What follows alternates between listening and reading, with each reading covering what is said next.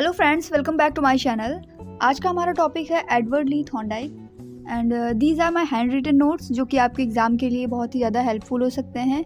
And one thing which I want to say that एक बार आप पूरा वीडियो देखें और उसके बाद आप खुद में चेंजमेंट देखेंगे कि थॉर्नडाइक से रिलेटेड जितने भी क्वेश्चन आते हैं आप सभी सॉल्व कर ले जाएंगे। तो बहुत ध्यान से सुनते जाइए और आप चाहें तो शॉर्ट नोट भी बना सकते हैं। ये बिल्कुल समरी टाइप लिखा हुआ है, इसमें कोई भी एक्स्ट्रा पॉइंट नहीं है। बिल्कुल शॉर्ट वे में इसको बनाया गया और एग्ज़ाम टाइम पे ऐसे ही आप रिवीजन करके जा सकते हैं, क्योंकि उस टाइम पे पूरा थ्योरी पढ़ने का आपके पास समय नहीं होता है। उस टाइम पे जो इम्पोर्टेंट पॉइंट्स का कलेक्शन होता है वही आपके काम आने वाला है। So let's start. Edward Lee Thorndike, इनको 2 टाइटल दिए गए हैं जो कि बहुत ही फेमस हैं। आपको इन्हें याद रखना है। प्रथम शैक्षिक मनोवैज्ञानिक और दूसरा है प्रथम पशु मनोवैज्ञानिक। प्रथम शैक्षिक मनोवैज्ञानिक और प्रथम पशु मनोवैज्ञानिक। यानी कि जब क्वेश्चन आता है कि प्रथम शैक्षिक मनोवैज्ञानिक किन्हें कहा जाता है तो आपका आंसर होगा एडवर्ड ली थॉर्नडाइक। इसके बाद अगर क्वेश्चन आता है कि प्रथम पशु मनोवैज्ञानिक कौन है तो आपका आंसर होगा थॉर्नडाइक। इनकी बुक के बारे में अगर बात करें तो इनकी 2 बुक फेमस हैं। एक है एजुकेशनल साइकोलॉजी यानी कि शिक्षा मनोविज्ञान, 1913 में ये पब्लिश हुई थी। और दूसरी है एनिमल इंटेलिजेंस, पशुओं की बुद्धिमत्ता पर इन्होंने एक बुक लिखी थी। दूसरी बुक का नाम क्या है? Animal intelligence. इनका प्रयोग किस पर था? इनका प्रयोग मुख्यतः भूखी बिल्ली पर आधारित था और इन्होंने चूहे और कबूतर पे भी प्रयोग किए थे। इनका प्रयोग भी काफ़ी इंटरेस्टिंग है, वो मैं आपको बताऊंगी। पहले आप सिद्धांत के अन्य नाम सुन लीजिए, क्योंकि ये सिद्धांत के जो अन्य नाम हैं बेसिकली बोला जाता है कि इनके नाम रट लीजिए। बिल्कुल भी रटने की ज़रूरत नहीं है, क्योंकि हर एक वर्ड जो इसका होगा वो इनके प्रयोग से रिलेटेड है। आपको यहाँ पर बिल्कुल भी याद करने की ज़रूरत नहीं पड़ेगी। आप जब इनके नाम देखेंगे तो खुद ब खुद आपको थॉर्नडाइक का नाम याद आ जाएगा। अगर पहले तो इतने टॉपिक क्लियर कीजिए कि यहाँ पर जो भी पॉइंट्स लिखे हुए हैं ये सभी आपको क्लियर होने चाहिए। जैसे कि बुक पूछा जाता है अगर कि educational psychology Thorndike, animal intelligence Thorndike, प्रथम पशु मनोवैज्ञानिक कौन है? थॉर्नडाइक, प्रथम शैक्षिक मनोवैज्ञानिक कौन है? थॉर्नडाइक। थॉर्नडाइक ने किस पर प्रयोग किया था? भूखी बिल्ली पर प्रयोग किया था मेनली। और अगर अदर भी पूछे जाते हैं, कोई 2 ऑप्शन दिए हुए हों तो याद रखिएगा भूखी बिल्ली, दूसरा चूहा और तीसरा था कबूतर। इन तीनों पे जो है थॉर्नडाइक ने प्रयोग किए थे। अब हम डिस्कस करते हैं थॉर्नडाइक के सीखने के सिद्धांत के बारे में और इसके अन्य नामों के बारे में। देखिए, ये जो अन्य नाम लिखे हुए हैं ऐसे देख के लगता है कि नहीं हमें बहुत सारा लर्न करना पड़ेगा। बिल्कुल नहीं लर्न करना पड़ेगा।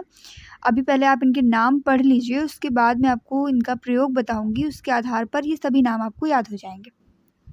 देखिए, पहला है प्रयास व त्रुटि का सिद्धांत, या फिर इसे हम प्रयत्न एवं भूल का सिद्धांत कहते हैं। दूसरा है उद्दीपन अनुक्रिया सिद्धांत, इसे एसआर थ्योरी कहते हैं, स्टिमुलस रेस्पॉन्स थ्योरी। फिर तीसरा है सीखने का संबंध सिद्धांत। फिर चौथा है संबंधवाद का सिद्धांत। पांचवा है अनुबंधन का सिद्धांत, संयोजनवाद का सिद्धांत। अब ये हमें कैसे याद रहने वाले हैं?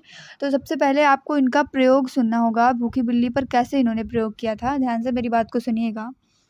इन्होंने क्या किया था, एक भूखी बिल्ली को एक पिंजरे में बंद कर दिया था और उसमें एक लीवर लगा दिया था, जिसको दबाने से एक मृत मछली उसके सामने लटका दी थी कि अगर वो लीवर पे प्रेशर पड़ेगा तो वो जो है मृत मछली पिंजरे के अंदर आ जाएगी और बिल्ली को भोजन मिल जाएगा। तो बिल्ली क्या करती है कि कई प्रकार की अनुक्रियाएं करती है पिंजरे के अंदर। क्या कर रही है? अनुक्रियाएं। तो बिल्ली द्वारा जो पिंजरे में जो क्रियाएं की जाती हैं उनको क्या बोलते हैं? अनुक्रिया बोलते हैं। अब उसने जो मछली लटका रखी है, जो बाहर जो मछली लटक रही है पिंजरे के बाहर, जो कि लीवर दबने से अंदर आएगी या बिल्ली को मिल जाएगी, वो मछली क्या काम करेगी? वो मछली को हम लोग वहाँ पर उद्दीपक बोलेंगे। बिल्ली द्वारा जो भी क्रियाएं की जा रही है उसको हम अनुक्रिया बोलेंगे, और जो भी जिस चीज़ को प्राप्त करने के लिए वो क्रिया कर रही है उसको हम लोग बोलेंगे उद्दीपक। तो ये कैसा सिद्धांत हुआ? उद्दीपन और अनुक्रिया का सिद्धांत हुआ। और वन थिंग और कि बिल्ली एक बार में ही लीवर पर पंजा नहीं मार देती, ना एक बार में उसे मछली मिल जाती है। तो उसको कई सारे अटेम्प्ट करने पड़ते हैं, या कह दीजिए कि एक बार में वो पहले कहीं और हाथ पैर मारती है, अचानक से उसका जो है पंजा जो है उस लीवर पे पड़ जाता है। तो उसने क्या किया? प्रयास किया, गलतियाँ की, फिर प्रयास किया, प्रयत्न किया, फिर भूल हुई उससे। तो इसलिए इसको प्रयास व त्रुटि का सिद्धांत भी कहते हैं, या फिर प्रयत्न एवं भूल का सिद्धांत भी कहते हैं। ये तो एक प्रयोग था। थॉर्नडाइक इसके थ्रू बताना क्या चाहते थे कि हमारी रियल लाइफ में भी, बच्चे की रियल लाइफ में जो स्टूडेंट होता है उसकी रियल लाइफ में भी ऐसा होता है कि कि बच्चा जो होता है वो प्रयास एवं त्रुटि के सिद्धांत को फॉलो करता है। कैसे फॉलो करता है? पहले वो गलतियाँ करता है, गलतियाँ करने के बाद जब वो एग्ज़ैक्टली उस पॉइंट पे पहुँच या उस सोर्स को समझ गया कि किस चीज़ के थ्रू उसे वो चीज़ मिलने वाली है, तो वो क्या करेगा फिर वो अपनी गलती से सीखेगा, वो अपने प्रयास से सीखेगा, बार-बार प्रयास करने से सीखेगा और इस तरीके से वो अपने लक्ष्य को प्राप्त कर लेगा। अब यहाँ पे प्रयोग क्या था कि जो भूखी बिल्ली थी उसको मछली को खाना था, तो उसने क्या किया कि वो कई प्रकार की अनुक्रियाएँ करती है, जब एग्ज़ैक्टली लीवर पे उसका पंजा पड़ता है तो वो मछली उसे भोजन के रूप में मिल जाती है।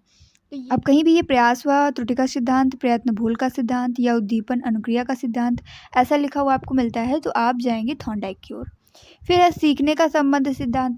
बिल्ली ने कुछ सीखा उससे, या डेली लाइफ में भी जब स्टूडेंट की बात होती है वो भी ऐसे क्या करते हैं, सीखने का सिद्धांत है तो सीखने का सिद्धांत तो आप भूलेंगे नहीं। संबंधवाद का सिद्धांत, बिल्ली का संबंध है उस मछली से, यानी कि अनुक्रिया का संबंध है उद्दीपक से, क्योंकि वो उसको प्राप्त करने की इच्छा रखता है। फिर उसके बाद है अनुबंधन का सिद्धांत। अनुबंधन का मीनिंग होता है क्रम या फिर सिलसिला, यानी कि एक स्टेप है वो चल रहा है या एक सिलसिला चल रहा है जिसके थ्रू वो प्रयास करती जा रही है बिल्ली, और क्या होता है कि लास्ट में उसको एग्जैक्टली सही जगह पर उसका पंजा पड़ता है और उसे भोजन के रूप में मछली प्राप्त हो जाती है। तो ये एक तरीके का सिलसिलेवार सिद्धांत, यानी कह सकते हैं अनुबंधन का सिद्धांत है। फिर लास्ट है हमारा संयोजनवाद का सिद्धांत। संयोजन का मतलब क्या होता है? सम्मिलित करना, सम्मिलन के रूप में एक देखना। तो जितने भी अटेम्प्ट थे उसने सभी से कंक्लूजन निकाला कि जिस जगह पर एग्जैक्टली उसका पंजा पड़ रहा है उस जगह पर उसने वो पॉइंट नोटिस किया कि हाँ अब यहाँ पर हम करेंगे तो हमें भोजन मिल जाएगा। तो ये अगर इनमें से कोई भी सिद्धांत पूछा जाता है कि अनुबंधन का सिद्धांत किसे कहते हैं, तो आप याद रखेंगे थॉर्नडाइक के सीखने के सिद्धांत को ही हम अनुबंधन का सिद्धांत कहते हैं। संबंधवाद का सिद्धांत किसे कहते हैं? थॉर्नडाइक के सिद्धांत को ही हम लोग संबंधवाद का सिद्धांत भी कहते हैं। अब चलिए इसके बाद हम लोग सीखते हैं जो थॉर्नडाइक के सीखने के नियम हैं वो कितने टाइप के हैं।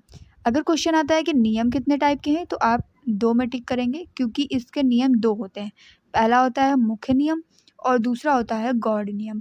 फिर अगर बहुत ध्यान से क्वेश्चन करिएगा, क्योंकि मुख्य नियम के अंतर्गत 3 कहे जाते हैं और गौड़ नियम के अंतर्गत 5 आते हैं।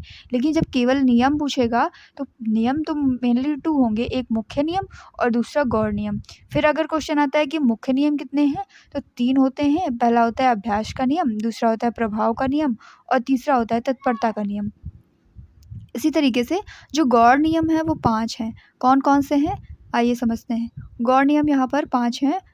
बहुअनुक्रिया का नियम, आंशिक क्रिया का नियम, आत्मीकरण का नियम, मनोवृत्ति का नियम और 5वां है साहचर्यात्मक नियम। तो ये पांचों पूछे जाते हैं, या क्वेश्चन ऐसा भी बन सकता है कि इनमें से कौन सा गौड़ नियम नहीं है, इनमें से कौन सा मुख्य नियम नहीं है। आपको 4 ऑप्शन मिलेंगे, 3 ये वाले मिलेंगे, एक कोई अदर मिलेगा, तो आप वहाँ पर पहचान पाएंगे। ये नियम आपको याद करके रखने हैं। मुख्य नियम 3 है और गौड़ नियम कितने हैं? 5 हैं। तो आइए लास्ट में एक क्विक रिवीजन कर लेते हैं। अगर पूछा जाता है पशु मनोवैज्ञानिक, थॉर्नडाइक। प्रथम शैक्षिक मनोवैज्ञानिक, थॉर्नडाइक। फिर अगर इनके प्रयोग पूछे जाते हैं कि किस पर किया था, तो मुख्यतः बिल्ली पर था और बाद में इन्होंने चूहे और कबूतर पर भी प्रयोग किए।